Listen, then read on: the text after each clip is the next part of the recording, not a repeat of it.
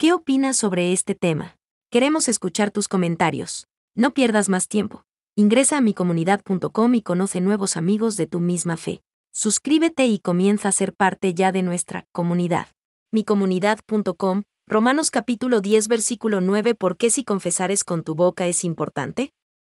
Romanos capítulo 10 versículo 9, Nueva Traducción Viviente dice: si declaras abiertamente que Jesús es el Señor y crees en tu corazón que Dios lo levantó de los muertos, serás salvo. Este versículo destaca el deseo de Dios de que confesemos que Jesús es el Señor de nuestras vidas y el Dios del Antiguo Testamento. Primero, en el contexto de la época de Pablo, el término Señor tenía diferentes significados.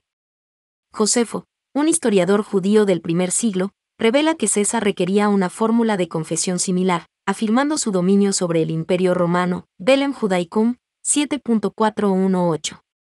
Como resultado, el uso de la palabra Señor en los escritos de Pablo podría haber tenido implicaciones significativas.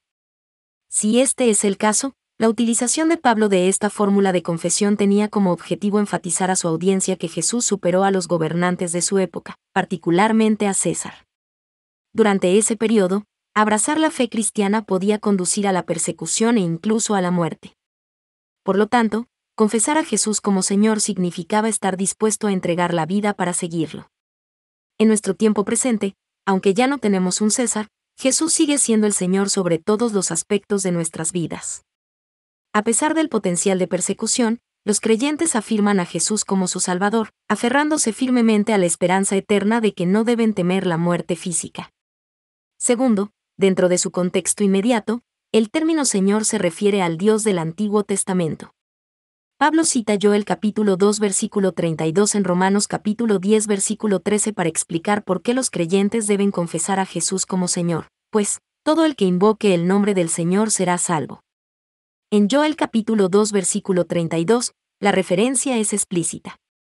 A Yahvé, el Dios del Antiguo Testamento.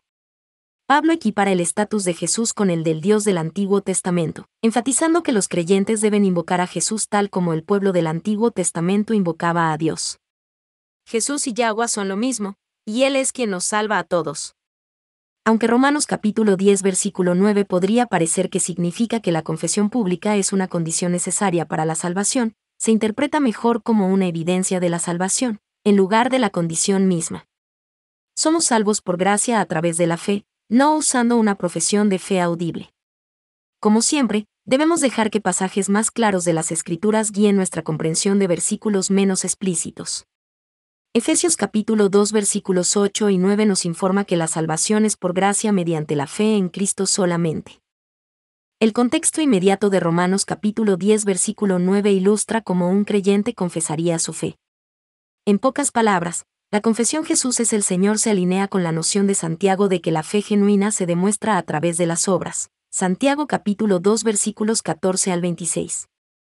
Otra advertencia con respecto a Romanos capítulo 10 versículo 9 se refiere a la regeneración decisiva. Algunos evangélicos usan este versículo para apoyar la idea de que, si uno acepta a Cristo o reza la oración del pecador, es salvo porque profesa la fe cristiana. Sin embargo, este concepto puede ser peligroso, ya que corre el riesgo de equiparar la obra divina de Dios en los corazones de los incrédulos con las decisiones humanas. Las Escrituras enseñan que la salvación es obra de Dios, y la humanidad se salva por gracia mediante la fe en Cristo solamente. Efesios capítulo 2 versículos 8 y 9. ¿Qué opinas sobre este tema? Queremos escuchar tus comentarios. No pierdas más tiempo. Ingresa a micomunidad.com y conoce nuevos amigos de tu misma fe. Suscríbete y comienza a ser parte ya de nuestra comunidad.